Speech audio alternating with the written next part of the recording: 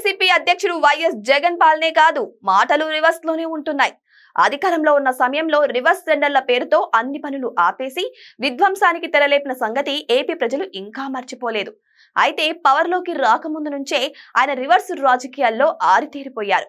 జగన్ బాబాయ్ వైఎస్ వివేకానందరెడ్డిని సొంత మనుషులే గొడ్డలతో నరికి చంపితే ఆ నిందను తెలుగుదేశం నాయకుల మీదకు నెట్టే ప్రయత్నం చేశారు.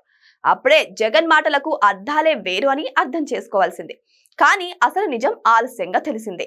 తాజాగా రాయలసీమ లిఫ్ట్ ఇరిగేషన్ విషయంలోనూ ఇదే రివర్స్ లాజిక్ వాడిస్తున్నారు. జగన్ హయాంలోనే ఈ ప్రాజెక్టు పనులు ఆగిపోయాయి. ఎన్టీజీ ఆదేశాలను ధిక్కరించి మరీ పనులు చేశామని ప్రెస్ మీట్ లో గొప్పగా చెప్పుకున్నారు వైఎస్ జగన్. కానీ అదే ఎన్టీజీ పనులు చేస్తే జైల్లో వేస్తామని బెదిరించాక మళ్లీ ప్రాజెక్టు సైట్ వైపు కన్నెత్తి చూడలేదనే విషయాన్ని మాత్రం కన్వీనియంట్ గా మర్చిపోయారు. ఇక ఎన్జీటీ స్టే ఎత్తేయించడానికి వైసీపీ పాలనలో 3 ఏళ్ల సమయం ఉన్నా ఏమీ చేయలేదని, పొరపాటున కూడా చెప్పలేదని అంటున్నారు. ఇక ఎన్జీటీ నుంచి అనుమతులు తెచ్చుకోవడంలో కూటమి ప్రభుత్వం విఫలమైందని తప్పంతా ప్రత్యర్థుల మీదకు తోసేస్తున్నారు. ఇదొక్కటే కాదు, పెట్టుబడుల విషయంలోనూ జగన్ రూటు రివర్స్ లోనే ఉంది.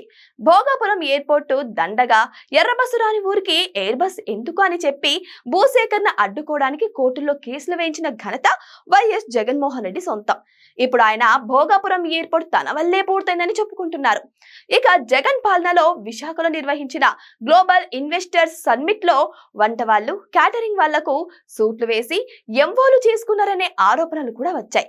జగన్ హయాంలో జరిగిన ఫేక్ డీల్స్ తెలుగుదేశం ప్రభుత్వమే చేసిందని కలరింగ్ ఇచ్చే ప్రయత్నం చేశారు వైసీపీ అధినేత. అన్నిటికంటే హైలైట్ ఏంటంటే కూటమి ప్రభుత్వం చేస్తున్నది పబ్లిసిటీయే తప్ప అభివృద్ధి కాదని చెప్పే ప్రయత్నం కూడా చేశారు.